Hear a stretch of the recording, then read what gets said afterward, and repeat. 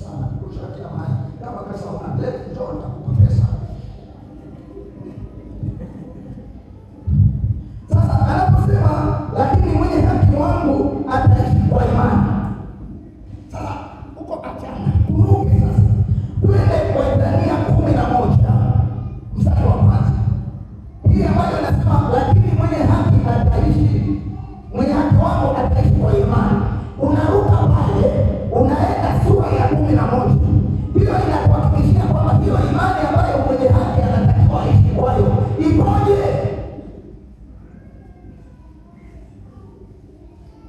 Hiyo ambayo Biblia inasema mwenye haki wako ataishi kwa imani.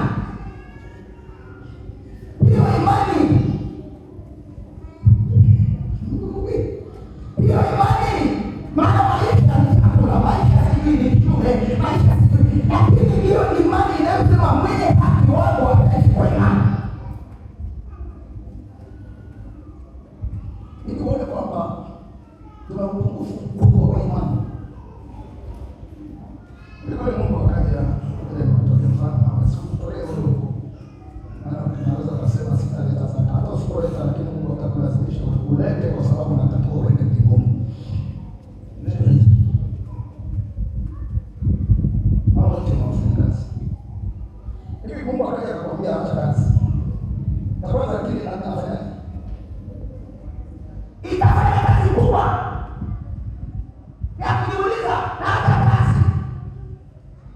Lakini unashindwa kujua kwamba eti Mungu ni baba yako. Eti Mungu kila siku Mungu baba wa mbinguni, baba wa mbinguni. Lakini kwa ile imani hana baba. Na imani inajaribiwa. Imani haiyo imani mpaka ijaribiwe. Hakuna anaongea kwa sababu. Lakini anasema, alafu nikiacha nitakula nini? Alafu nikiacha wale watoto watasomaje? Sema hiyo point. Maana mwenye haki wangu ataishi kwa imani. Ndio tunaruka tunaenda mstari wa 11. Na ni sura ya 11 mstari wa kwanza. Anasema imani ni nini? Hiyo imani inakupa kuishi mwenye haki. Pasipo kuangalia mazingira, pasipo kuangalia mifumo. Inakutolea jibu pale. Lakini kuna nini? Kuna mengi. Unisaidie. Nikisema hiyo unasoma. Mimi nimesoma ile 38 na ni hii 10:38. Sasa mwenye haki wako ataishi kwa imani. Hiyo imani inayonisababisha niishi. Je, ina mifumo gani? Ina maelekezo gani? Mstari wa kwanza 11. Right now 11.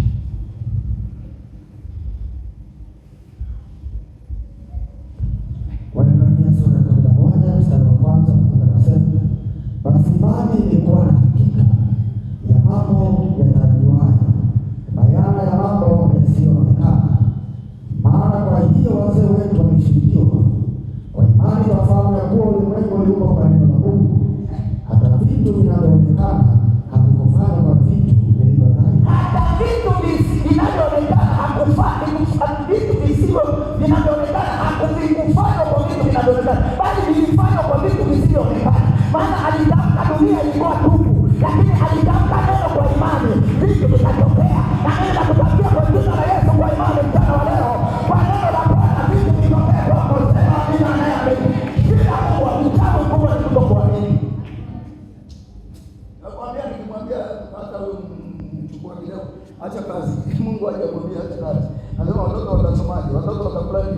Sasa wewe unachukua kufahamu. Nani ameniambia ni Mungu? Nani ameniambia ni Mungu? Nani ameniambia ni Mungu?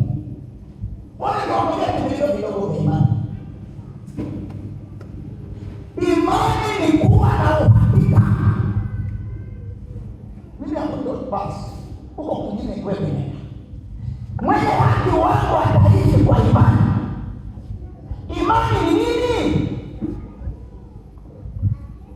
Jibu ni wako. Imani ni kuwa na uhakika. Uhakika wa nini? Wa vitu ambavyo havipo lakini vipo.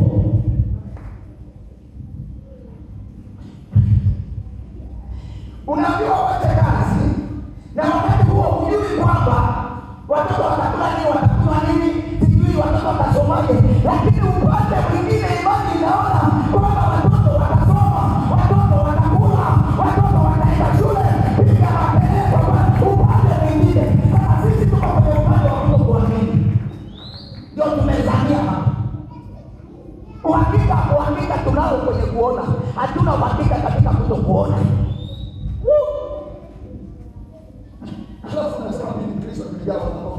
Wapi bwana usidanganye. Mimi nakupima kwa imani. Sasa uone tutachoona kitabu. Nimesema imani haina imani isipokuwa kuna kitendo. Na leo nitachukua kitendo ambacho ninachotaka niseme ni kitendo kikubwa ambacho na Mungu anakifanya ni kwenye utoaji. Kwa hiyo wewe nikataka hiyo imani yako na hiyo kwenye utoaji hiyo. Kwamba unajua unamtolea yeye usiyemuona. Yaani unamtolea yeye usiyemuona. Sasa inatakiwa uwe na uhakika na hiyo imani ambayo haionekani, lakini ni kitu ambacho kinafanya kazi kubwa kuliko hicho kinachokufanya uone kwa macho ya binadamu.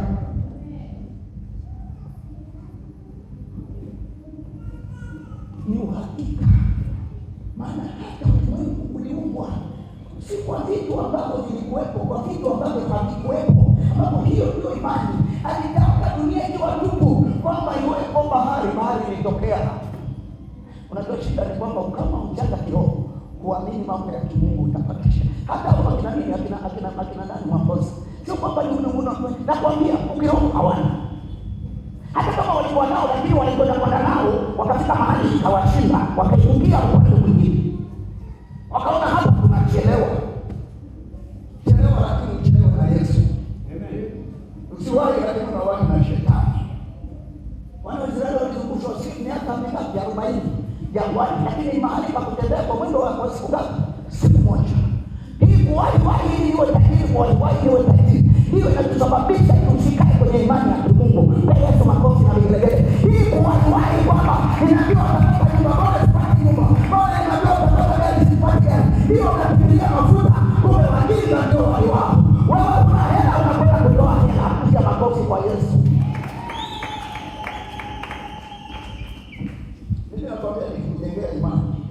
Neno likujengea imani, kuwa na uhakika na Mungu, kuwa na uhakika na Mungu. Imani ni nini? Ni uhakika kwamba ni na Mungu, na Mungu aliyesema na mimi si mwanadamu ataseme uongo.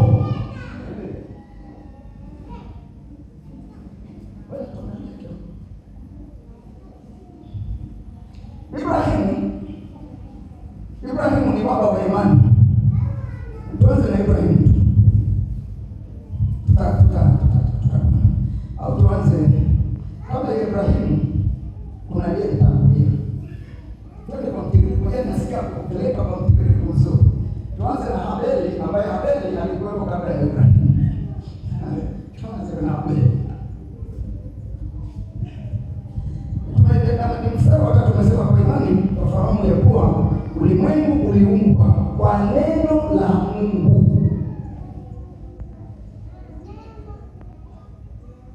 Hili neno linalokuja ndio limeundwa. Akili zinaambia ilikuwaje? Unajua akili zake kuuliza ilikuwaje? Sio mbaya. Akili zikikosa majibu zitakutosa pale kwa sisi. Ndio zilimtosa wakati wa utawala wa Daudi. Ziliwatosa watu kwenye utawala wa Daudi. Wanasema hakuna Mungu. Daudi akasema mpumbavu wewe. Mpumbavu amesema wewe hakuna Mungu. Kwa hiyo yani imani inatakiwa imani kikweli kweli. Imani kikweli kweli. Ndio ufahamu kuna Mungu.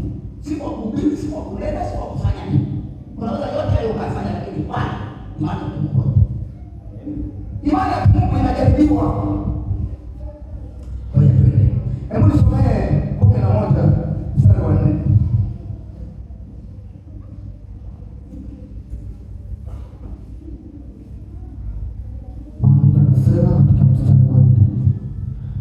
Anasema kwa imani Abeli alimtolea Mungu dhabihu iliyo bora kuliko Kaini. Kwa hiyo alishuhudiwa kuwa ana haki, Mungu akazishuhudia sadaka zake, na kwa hiyo ijapokuwa amekufa angali akinena. Mungu alimshuhudia Habeli kwa imani kwa ajili ya utoaji. Kiwango chako cha imani ndicho kinachotangaza kiwango chako cha utoaji. Na kwa wakati wengine kunafikiri wameokoka utoaji wa utoaji makabila mikoa. Mungu wako hapo umemfungua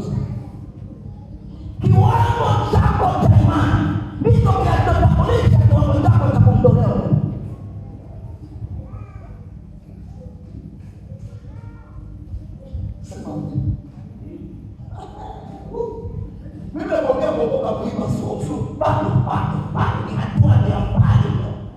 Japo tutaiba, japo tunahubiri, japo mapepo tutatoa, lakini kiwango cha imani ni tofauti. Amen.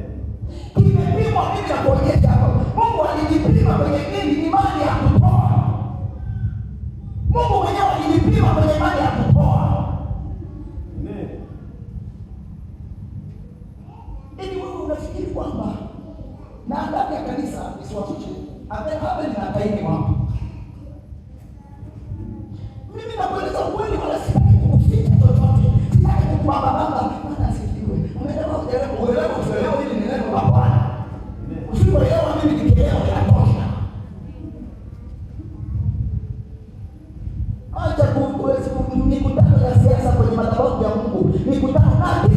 Wewe ukishashindwa imani ya Mungu, lazima utakwenda kwenye mikutano ya siasa. Maana mwili unaenda na mwili, roho inaenda na roho.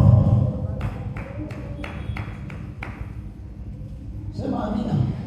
Sio kwamba wale waliokuwa kwenye mafuta walitaka, ni kwa sababu wale hawakutaka kuongozwa na roho. Wasipotaka kuongozwa na roho, lazima waongozwe na mwili. Na mwili lazima upate mafuta. Ndio maana hatupati mwili roho mafuta, tunapata uso mafuta. Ni mwili uliungane.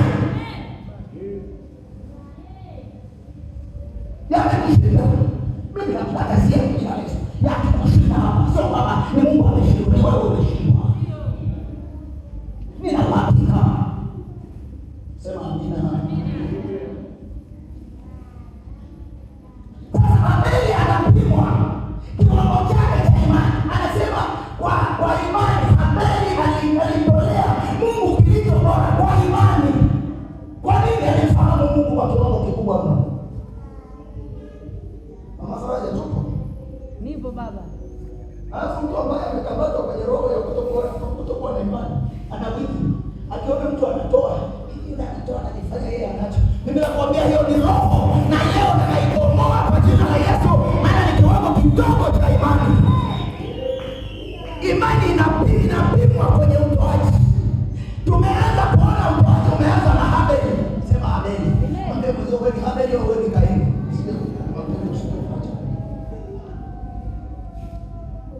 Asema Mungu akapendezwa na utoaji wa Abeli.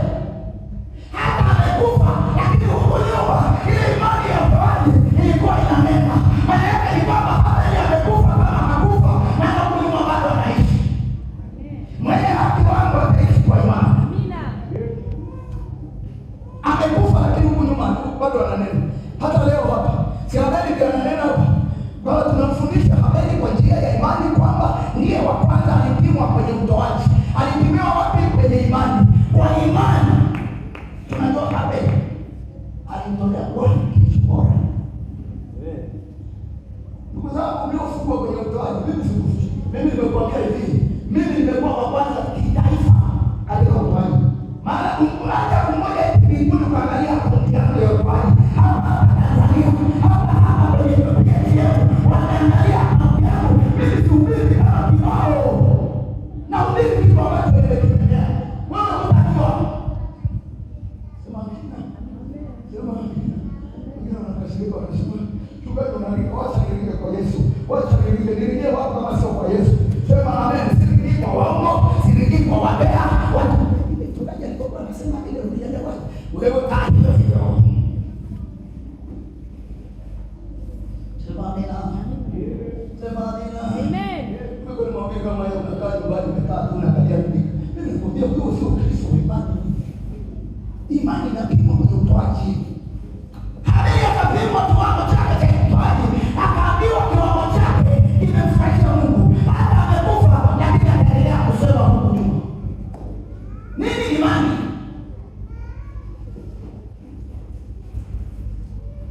Unajua na watu ukiokoka mpendwa, unatakiwa wachali wewe kabla gani? Unatakiwa jiwe lile ambalo linaandikwa kwenye kitabu cha Mathayo kwamba nikikuangukia nitakusaga tikitiki. Ukubali nikuangukie nikusaga tikitiki. Maana umetoka kwenye ukoo usiotaka kutoa, wala kusaidia hautaka. Umeokolewa kwenye mazingira hayo. Kwa hiyo imani ni Bwana. Haijalishi unashiriki gapi. Imani ya Bwana inapoingia wakati wa utoaji wa Yesu, Yesu ndiye anahuduma duniani. Hatutakuwa na haja kusoma.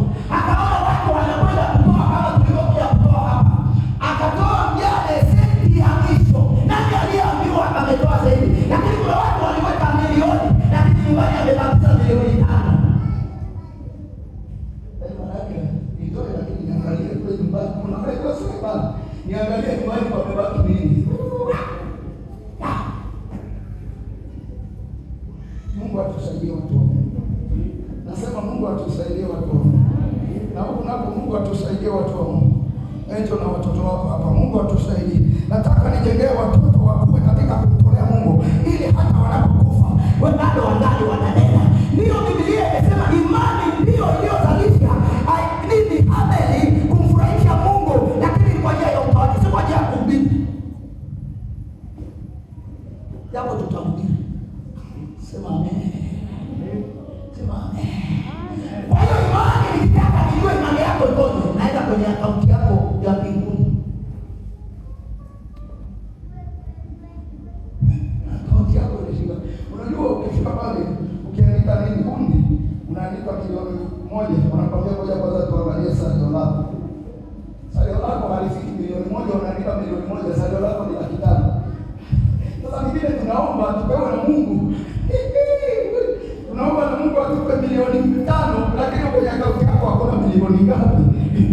Milioni 5. Amen. Bwana asifiwe. Amen. Nataka nijenge imani. Nataka wewe mwenyewe ukatae imani. Lakini mtu aliye na imani hata shetani afanye nini? Nitakutajia mambo mbalimbali ambayo sitayafafanua. Imani inapimwa kwenye utoaji. Kwa hiyo imani, utoaji una faida kubwa sana, maana umejengwa kwenye msingi wa imani. Ndio maana sikutaka nianze Ibrahimu asingekuwepo bado alimini mtu wa kwanza kutoka kwa nani? Adamu. Ndio uzao unaanza. Ni Abeli na nani? Wote walitokea kwenye tumbo la mama nini? Wote tumetokea kwa nani? Kwa Yesu. Sasa kwa nini tunakuwa tofauti? Kaini. Kwa sababu Ibilisi mimi niko wapi? Hata kama utanifariki kwamba niko kwa Abeli, lakini utapimwa. Sema amen. Mimi nakwambia haya ndio mahubiri ya kuhubiri ili ubarikiwe. Sio barikiwa ndio pokea gari, nipokee gari kwa kanuni ipi?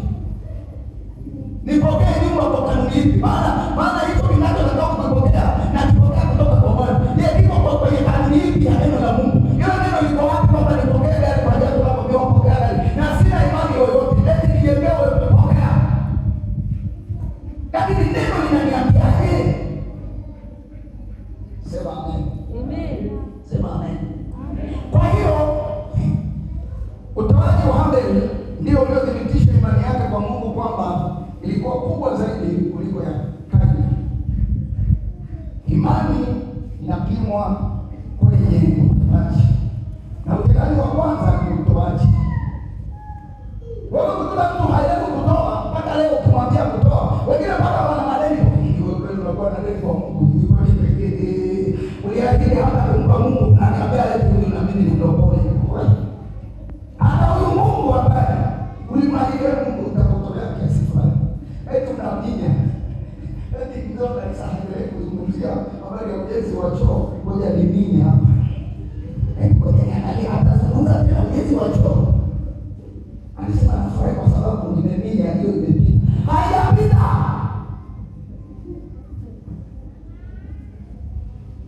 Anasema hivi kweli. Mimi sitaki kukuambia propaganda, sina siasa sina. Nikataka siasa ningekwenda kuchukua mimi fomu ya udiwani, ningekwenda kuchukua fomu ya ubunge. Sio kwa ushawishi. Lakini Bwana ameniita niseme kweli.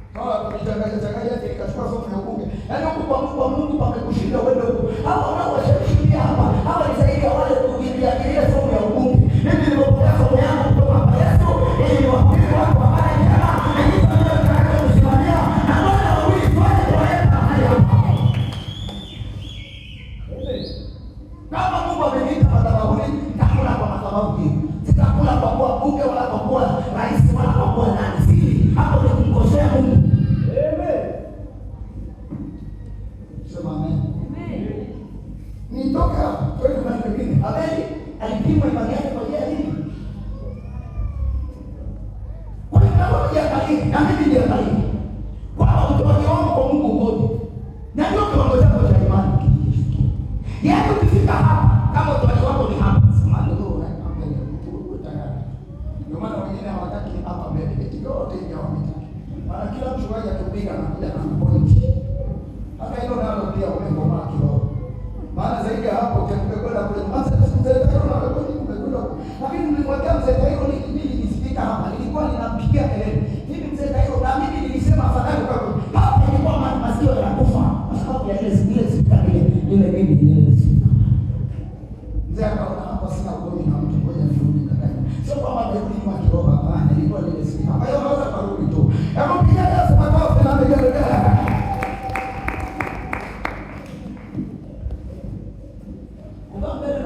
Ukambele na kiroho. Hiyo kwa nini mtu anafika pale mbele? Mimi singangani na wewe bila mwenyewe nikumbukie injili. Wewe kungangana na wewe njoo mbele uwe kushika. Uwe nyuma kule injili itakufikia. Uwe kule neno litakufikia. Maana uko hapa ndani. Kama utaki mbele, siku moja neno litakuleta hapa mbele. Wala kumbuka wanaotengwa ndio wanaokaa nyuma. Huko nyuma nako kuna siri yake. Baba kama huyu utampata. Kule nyuma kwa mashemasi. Mashemasi hawajapelekwa. Lakini ni maalum kwa ajili ya mashemasi. Kama unataka na wewe nikupe ushemasi kwa nyuma.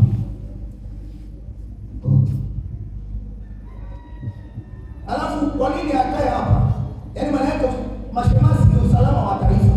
Kwa hiyo aliyetengwa anadhibitiwa lazima akae chini ya usalama. Maana aliye gerezani lazima awepo polisi. Naona hata kama Lissu sasa hivi ni mtu mkubwa sana kimataifa. Lakini kwa sababu yuko gerezani ni lazima awe chini ya ulinzi. Kwa hiyo hata wewe mzee wa kanisa ukishakuja huko, umekuja kwenye usalama wa taifa wa kanisa, lazima mashemasi wakudhibiti hapa.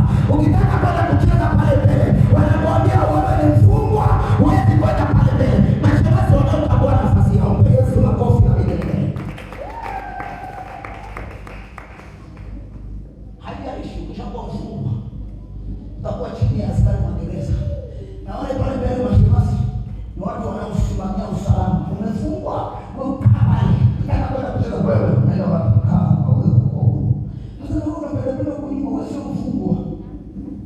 Ungetengwa. Sema amen. Alafu kingine imani yako inaweza kutoweka kwa kulizoea neno. Yaani unapolizoea neno umezoea Mungu. Na nakwambia ufiki pale. Ufiki pale. Sema amina. Maana Mungu, Biblia inasema kila jambo leo Mungu ni mpya. Anakuja kwa njia ya upya. Sasa sababu umezoea mimi najua kuhubiri, mimi najua kufanya nini. Mungu amekuja kwa njia ya upya na anakuja na kitu kipya. Wewe unabaki na milima ya zamani. Sema amina, unatoka na milima ya zamani. Sema amina. Kwa Yesu Yehova makofi.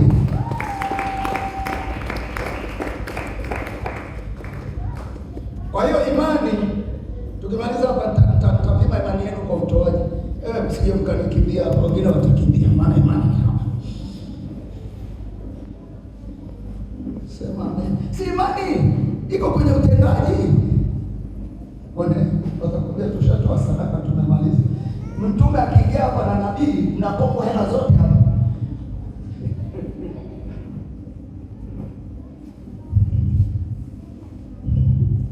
Kwa hiyo utoaji ndio unamthibitisha mtu imani yake ya kimungu ni kubwa, na hiyo imani inampa haki ya kuishi.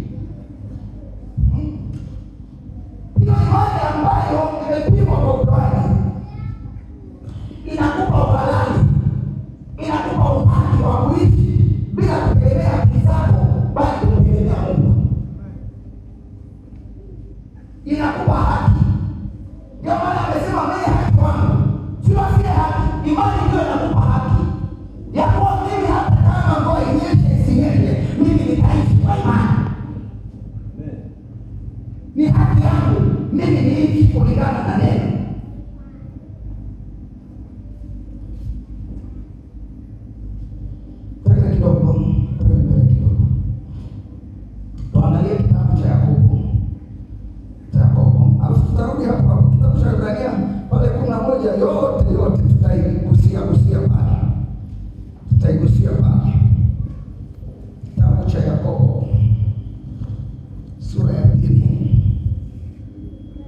14. Naweza kusoma haraka. Maandiko yanasema Yakobo sura ya 2 mstari wa 14 na kuendelea. Maandiko yanasema, ndugu zangu, inafaa nini mtu akisema ya kwamba anayo imani lakini hana matendo? Inafaa nini mtu kusema nina imani? Ndicho ninachofundisha kile mitume walichofundisha. Mimi sifundishi nje ya mitume. Mitume hawapo lakini mimi nipo. Inafaa nini kusema nina imani na wakati utendaji wako haupo? Maana imani inapimwa kwenye utendaji. Yafaa nini kusema nina imani?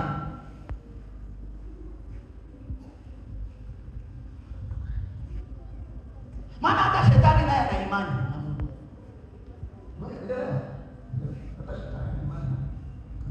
Maandiko yanasema, ile imani yaweza kumwokoa.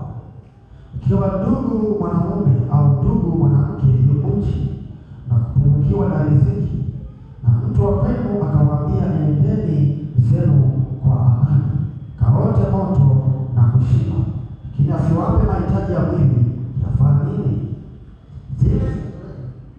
Anaizungumzia imani kwamba umekwenda kwa mtu mwenye uhitaji mkubwa, alafu unamhubiria imani, lakini unakuta mtu ana uhitaji mkubwa, lakini unamwambia, unamjengea imani, lakini mwisho ule mtu hana kitu, unamwambia nenda kaote moto. Hiyo imani itasaidia nini kwa ule mtu? Maana imani inapimwa kwenye nini? Kwenye utoaji, kwamba yule mtu unamwachaje. Ndizi kuna mahali kiweka kuangalia mgonjwa. Tunakaa tunazungumza naye. Lakini nikakuta roho inaniambia kwa watu wana uhitaji. Nikasikia tu nitoe kitu nimwambie yule mhitaji shika. Sasa nishukuru mno. Sio kwamba mimi nahubiri injili ya upepo. Unajua watu wanaohubiri injili ya upepo haina matunda yoyote. Maana Mungu anajua kwamba mimi wewe unahubiri injili ya upepo. Sema amina. Anasema inafaa nini umefika kwa mtu mwenye matatizo, unapomaliza matatizo ya maneno yako unamwachaje? Anazungumzia jinsi ya imani, kwamba imani haiwi imani isipokuwa kuna utoaji. Sema amina. Ndio Yakobo anatueleza vizuri hapo. Endelea. Mstari wa 17. Vivyo hivyo na imani isipokuwa ina matendo imekufa. Isipokuwa imani isipokuwa na matendo imekufa nusu. Yaani unajua kuna watu tunatembea na imani zilizokufa, imani ambazo ni marehemu. Sio wewe uko hai, imani ndio imekufa.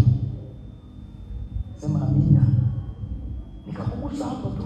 Bwana tuna mchango wa shilingi 10,000 na kweli mimi nakwambia kweli, Mungu hata kudai kitu ambacho haoni unacho. Hatuna Mungu mpumbavu hivi. Bwana useme, Mungu akikudai 10,000 utoe kwa ajili ya Bwana, ni kwa sababu anajua una 10,000. Tena sio mpumbavu kwamba eti watoto hawatakula. Anakuambia leta 10,000, ninataka tu 10,000, lakini anakuambia hizo zingine achana nazo watoto. Yaani hawezi kukuambia nipe isipokuwa anajua unacho. Isipokuwa imani zetu kwa sababu ni hapa, unakuta anajiuliza maswali. Hivi Mungu anajua nilicho nacho? Mungu anajua kuliko wewe. Hata umefika hapo kwenye chungu. Zamani wa baba zetu walikuwa wanaficha hela kwa dalili huko kwenye chungu. Bado Mungu macho yake anaona huko dalili kwenye chungu kwa mambo kiasi gani. Kwa fani imani sio kwa matendo. Na matendo ya kwanza ni utoaji. Ndio Mungu alijipima kwenye matendo akatoa mwana Yesu.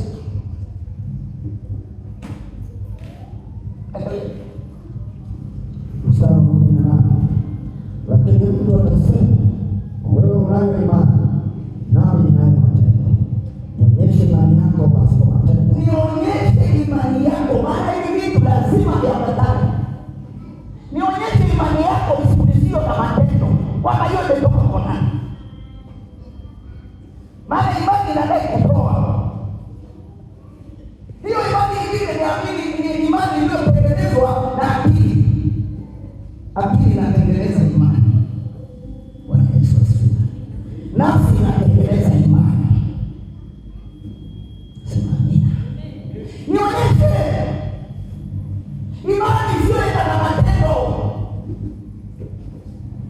Kwa hiyo kipimo cha imani tunakiangalia kwenye matendo, na matendo ya kwanza ni utoaji. Anasema nami nitakuonyesha imani yangu kwa njia ya matendo yangu. Na mimi sitakuonyesha imani isiyo na matendo, nitakuonyesha imani iliyobeba matendo. Tuone kwamba kati ya hiyo imani yako bila matendo na imani yako iliyo na matendo, ipi itakayokubaliwa na Mungu haraka?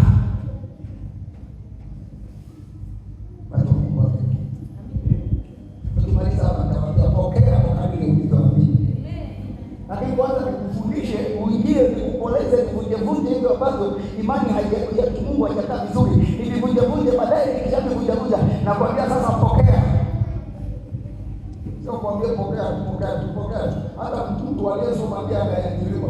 Mtu asiyesoma anakuwa anabeba sanduku la kulizia. Sema amina.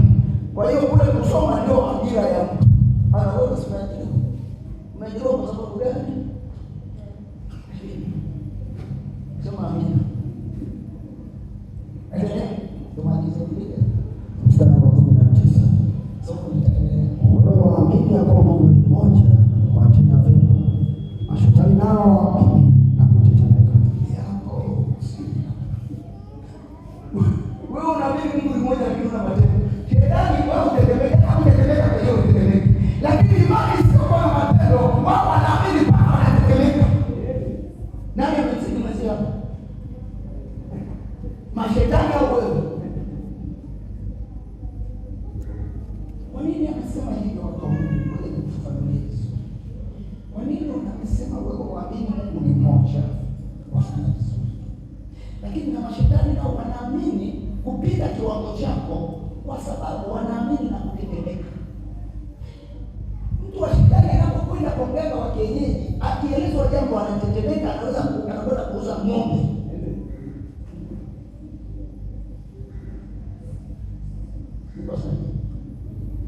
Anatetemeka.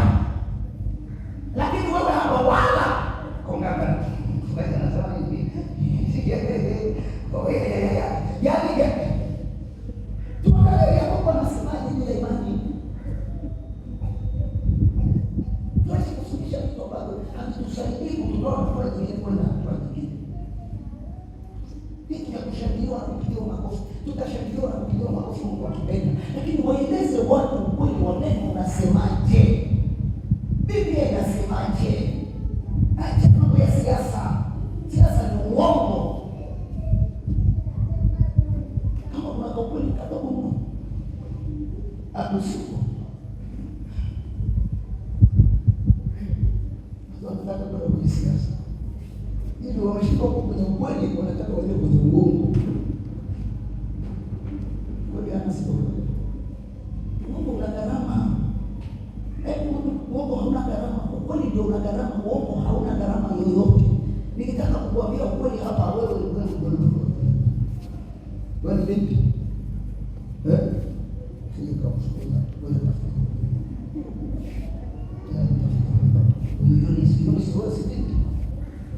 wewe nikimpiga uongo hata kabisa atabakia. Akitoka nini vidole anaanza hapa chini. Mimi nakwambia na uongo, simwambie ukweli kwa watu wale watakuambia masomo.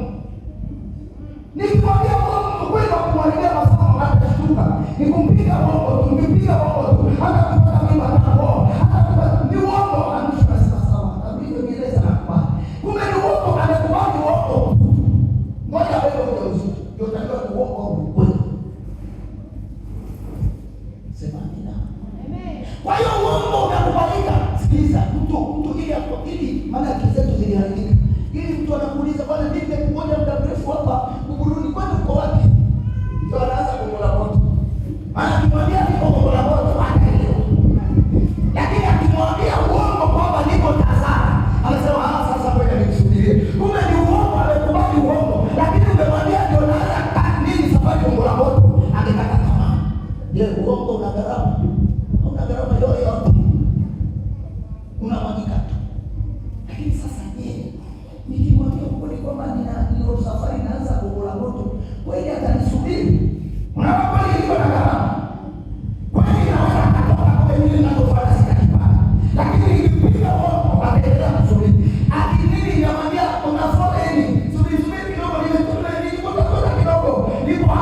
mimi niko karibu. Anasema hapa ngoja. Lakini mwambie ndio naanza gongo la moto. Anasema bwana ndani ndio nafikiri hiyo deni tuifanye kesho.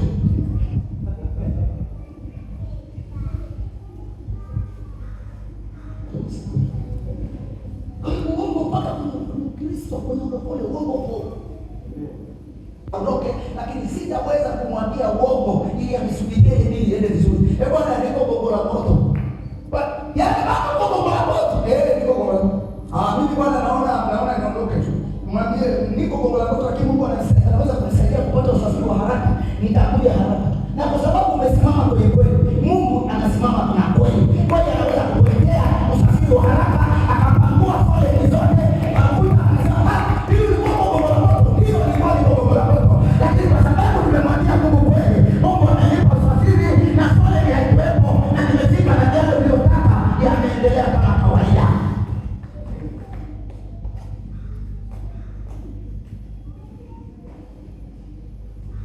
Mitume hii inatoka Korea. Kutoka siku ya kesho.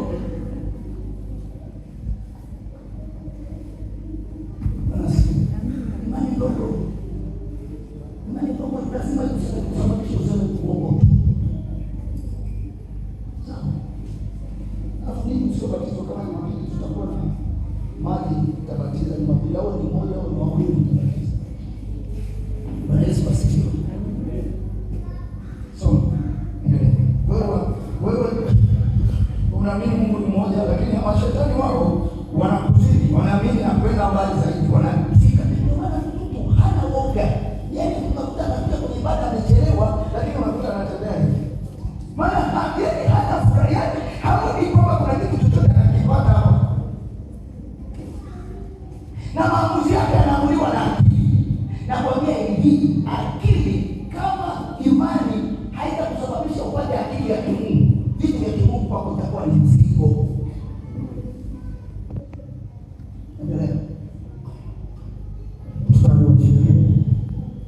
Lakini wataka kujua wewe mwanadamu usiye kitu. Wewe mwanadamu usiyekuwa kitu. Wewe mwanadamu usiyekuwa kitu.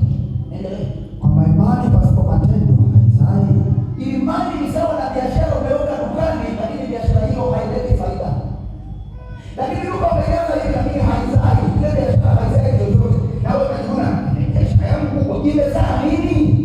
Imani pasipo matendo haizai. Ni mtaji wa hasara. Ni biashara ya hasara. Ninataka nikufundishe imani. Imani pasipo matendo nini haizai. Maana yake asiyezaa, maana yake ni kwamba yeye anamsumbua Mungu nini mpaka na mimi nilizai. Lakini kumbe imani ndio inakupa uzazi. Imani inayofuatana na nini? Na matendo. Imani ikiwa na matendo lazima izae, lazima ilete majibu.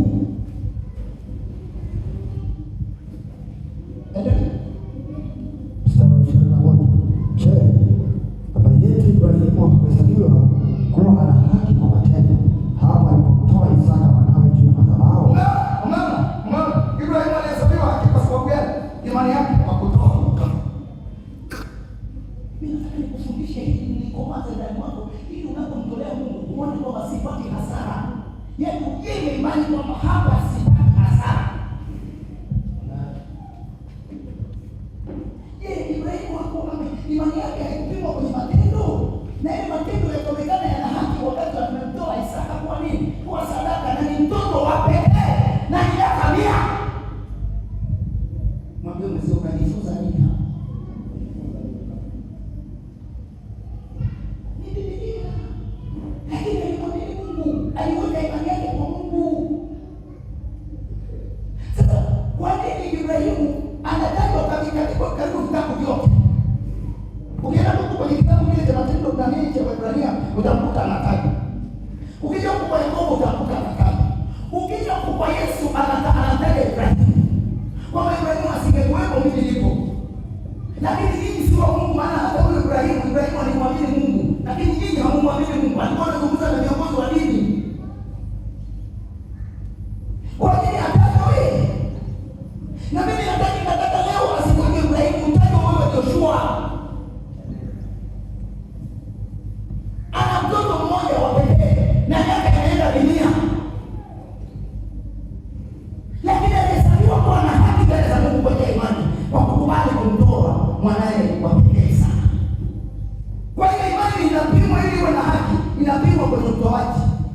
haipimi kwenye kuhubiri japo tutahubiri, haipimi kwenye kufundisha japo tutafundisha. Sema amen. Amen. Hivyo vyote tutalifanya. Endelea. Lakini tunataka imani mstari wa 22. Waona kwamba imani ilitenda kazi pamoja na matendo yake. Imani ilitenda kazi pamoja na matendo yake. Matendo yake ni yapi? Matendo yake ni kumtoa mwanae Isaka kuwa sadaka kule kwenye mlima. Nini wa Morio aliambiwa na Mungu, kanitolee mtoto wako sadaka. Ndio maana nakwambia hivi. Ilikuwa chapa limebeba kabisa ile baba. Ndio maana tunasema kwa sasa Mungu anasema sana. Mara bengi tunasema umeacha zingine. Leo tutoe sana. Sisi tunaishi tumana. Ya, sisi tunafundisha somo la matendo. Imani masomo ya matendo yanafanya nini? Haizai au imekufa tunakutana hapo chini.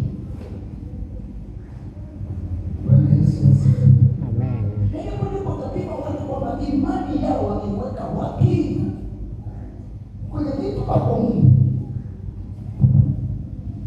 Endelea. Anasema na kwamba imani ile ilikamilishwa kwa njia ya matendo yao. Imani ilikamilishwa kwa njia ya vitendo. Vitendo gani? Utoaji. Vitendo gani? Utoaji. Unajua kwa watu wengine katika mtalia tataifa wanaleta mtu asijue kutoa hivyo, anakuja anatoa hamasisha washukaji kutoa, lakini akifika kwenye kutoa roho na nafsi namwambia wewe ni mtoaji. Unakuta anasema lakini Mungu asaidie tu uwe na amani tu katika utoaji. Nini ndio Biblia? Unajua hili ndio utoaji haliwezi. Inatakiwa kama Ibrahimu akifundisha imani inayoambatana na vitendo vya kutoa. Imani ile ya Ayubu na nini Ibrahimu kama angepewa kufundisha kanisa hili. Wote tumebarikiwa maana tumejua kwamba imani pasipo vitendo vya kutoa hakuna kubarikiwa. Ibrahimu alikuwa mimi nakwambia wote tumetoa hela. Awaambie haya sasa mimi nilimtoa Isaka. Hiyo hapo dalilana na mtoto. Wetu watu wa Mungu. Hela tu mashindwa kutoa. Sasa akifika kwenye eneo la mtoto na ndipo wengine watoto wamemchukua tosha. Maana watoto kwa mahitaji yalikuwa ni makubwa. Akiambiwa niletee huyo mtoto asema afadhali ngoja nipunguze mahitaji, ngoja nipeleke Kornelio.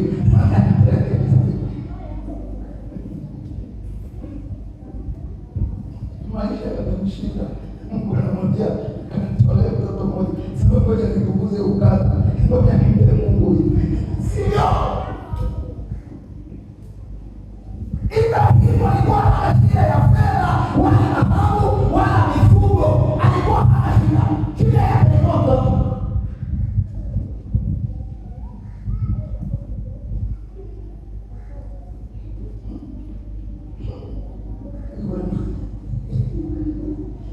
Mungu atakujaribu kama Ibrahimu. Na ndio maana ndio kiwango cha sala cha imani ni kidogo. Hapo mwaga. Kwa Mungu amesema na mimi kwamba niende nikachukua kwa mama wewe. Vingine hakuhaki. Hata wewe vingine usiniache. Kama ni Mungu unamtegemea kwa sababu cha imani kidogo. Kama kwa sababu cha imani kidogo cha kwa ni kikubwa usiniache nenda tu kwa mafanikio akija kutoa shuhuda. Unajua mchungaji mafanikio kidogo haya mafanikio yamekuja kwa sababu nilifanya moja mbili tatu. Matokeo yakitokea mazuri ndio namshirikisha leo. Kama yule mwanamke yule wa Serena ambaye Elisha alikuwa anapita pale, halafu Petro akasema tukipelekee nini? Ndio kinyume nilikuwa imani yake ni ndogo sana. Akawa kwa shambani analima mwingine Elisha akajengewa kichumba cha juu, alipojengewa kichumba cha juu akawa akipita akichoka, maana wazee wa zamani walikuwa kifushi. Anapanda juu anakaa sema tumwekee na kimeza au kama faili yake. Usiku labda anasoma tumwekee na kinara cha taa. Unaona utoaji ulikuwa vizuri. Yule mtu kumbe alikuwa hana mtoto na anasikia kwa mzee. Elisha akamwambia vipi? Na ninge anasema kwa mama, kama je, vipi shida nini? Sina mtoto. Akamwambia unapata mtoto kwa sababu ametoa kitu. Alifanya kitu na lazima Mungu afanye kitu. Yesu makofi. Fanya kitu kwa Mungu na Mungu naye afanye kitu kwako.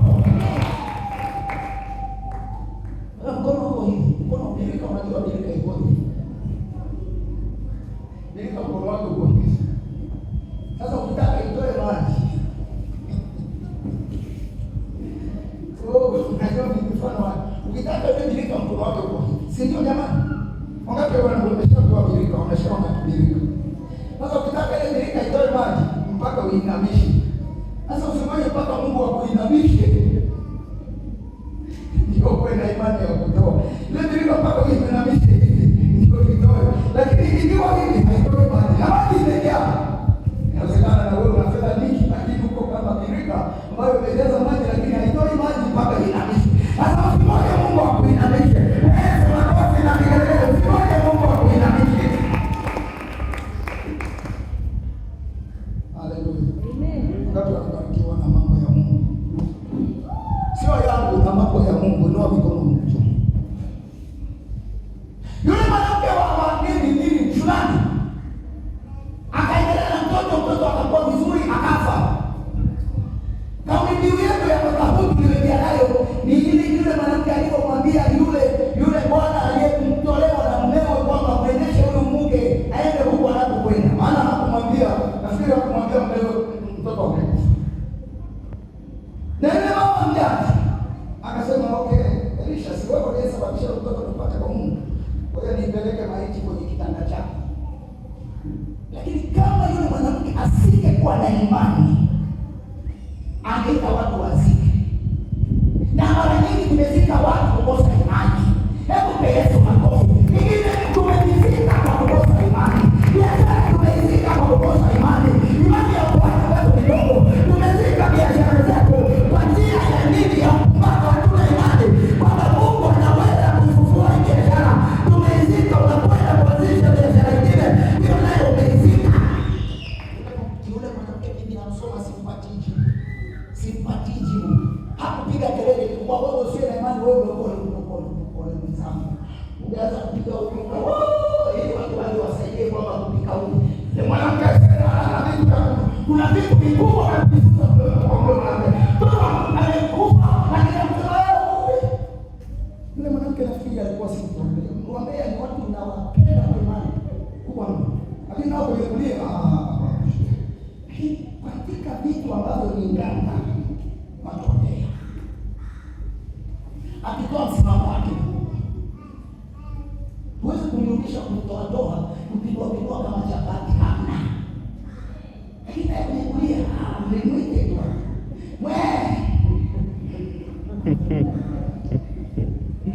Aikia watu wanaelewa. Sasa yule mwanamke hakupiga ukunga. Kule kwenye wanahitaji kwa neta. Sio kuhitaji ukunga au ukunga. So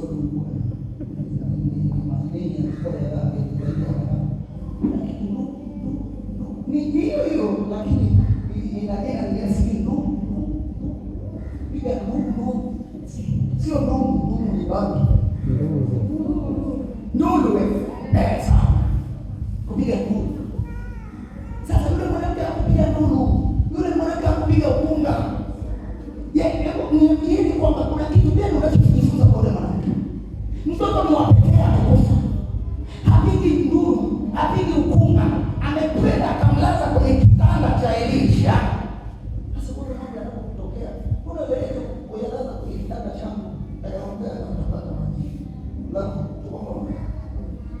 tuko pamoja. Akaenda. Yeye hakupeleka kwenye kitanda cha mmewe. Hakupeleka kwenye kitanda anacholala na mmewe. Kile kitanda hakina imani ya kufungua mtoto. Kile kitanda kina imani ya kuleta mtoto, kuzaa mtoto. Lakini si kufungua mtoto.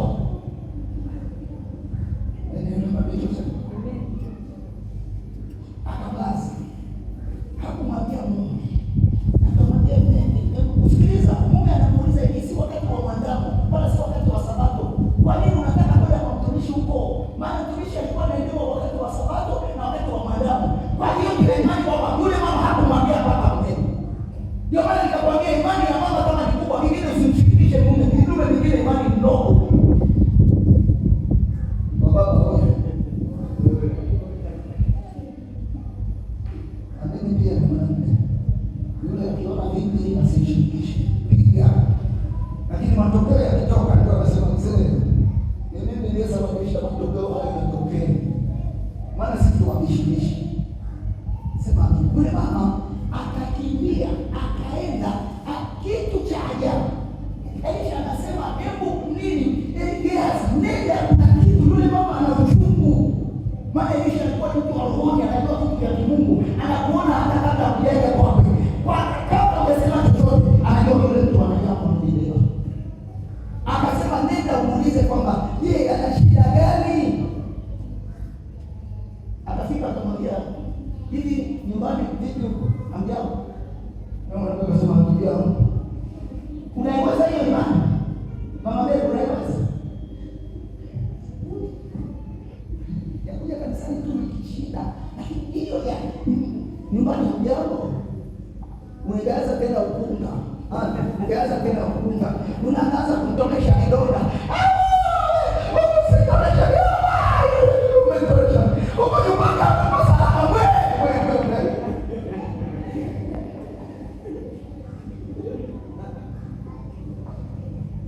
Akilia kilio vyote. Lakini mimi mama asema nipenda, ndio nikikutana nalo mbinguni nikazane tu nikakute mbinguni. Ninaambiwa nyumbani wajao kusema wajao. Mume anajao wajao. Na mtoto wajao. Kwa imani hiyo Mungu atakufuata. Kuna vitu vingine vilifanya kwa Mungu na kasimisha Mungu na yeye. Yaani kuna vitu vilifanyia Mungu kigusa moyo wa Mungu. Lazima na yeye atagusa moyo wako. Lazima na yeye atakupa hitaji lako. Maana yule mwanamke alimuinua sana Mungu. Sasa wengine pale mbele, usimtokeshe kidogo. Mimi nataka nimuone tu Elisha. Kila alichofanya nilimwambia, wewe mtumishi usije kufunua aibu yangu. Sasa unajua, huko nyumbani. Yule mwanamke akajua tatizo langu halitatuliwa na Gehazi. Kuna matatizo hayatatuliwa na Gehazi. Elisha leo ni Yesu. Elisha leo ni Yesu. Mwenye matatizo yako ya mashaka na mabovu.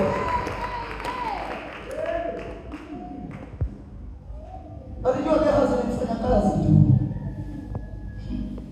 Anamwambia Adamu, nataka niende huko ninakotakiwa niende. Anafika kauliza, anasema kile ulichofanya mtoto nimemlaza huko kwenye kitanda chako. Lakini ni nani? Ni marehemu. Elisha aliogopa, alijua kwamba huyu ni Mungu anayetaka amkomaze huyu mama. Imani, aikomaze imani ya yule mumewe. Nataka wewe ulikuwa nafikiri cha kwanza ni kuwaza wale watu wa mafuta. Ile chupa ya mafuta iko wapi? Nibebe mafuta kwa mpaka. Mafuta yasingeufufua ngaidika.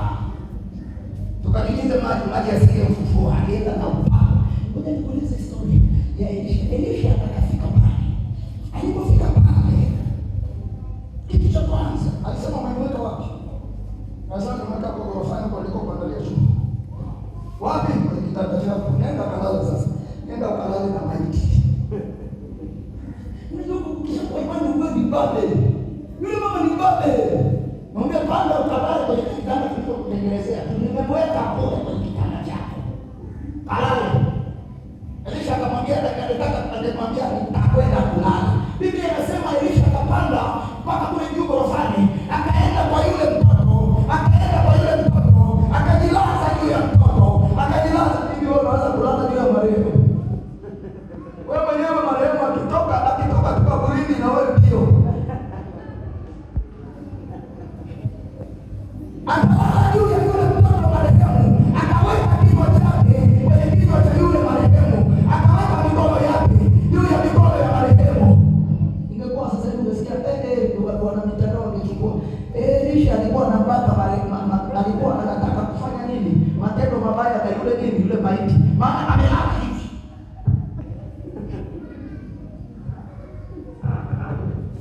Mambo ya ufunuo ni mambo ya ajabu sana. Mambo ya ufunuo akili zako haziwezi kujua. Sema amina.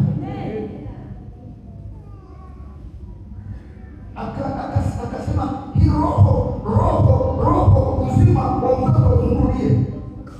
Akaona joto linakuja. Maana mtu akishakufa anakuwa na baridi. Mwambie kuosheka moto.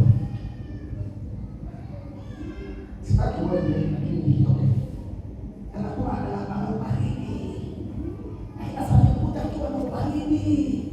Mwisho alipokaa akaweka mikono yake, mdomo wake, pua yake, macho yake. Maana yake ni kutafuta uhai ulioko ndani ya Elisha uhamie uende ndani ya mtoto. Alikuwa na uhai mkubwa wa kusababisha hata wengine nao wawe hai. Mara ya kwanza kama joto, mara ya pili chafya, pia mara 7 mkamilifu. Akamwita mama, na shughuli nyingi, chukua mtoto wako huyo. Mama anarudi na mtoto kwa baba, hajui kilichoendelea. Ndio anaeleza, labda aelezewe historia kwamba mtoto alikuwa amekufa. Yesu makofi gonga. Tunataka ni mama yenye misuli ya imani kama yule mshunane. Tunawataka kwenye hili kanisa na leo, tunataka kwenye kizazi cha leo watu kama wale ambao wana imani kubwa na Mungu. Sema amen.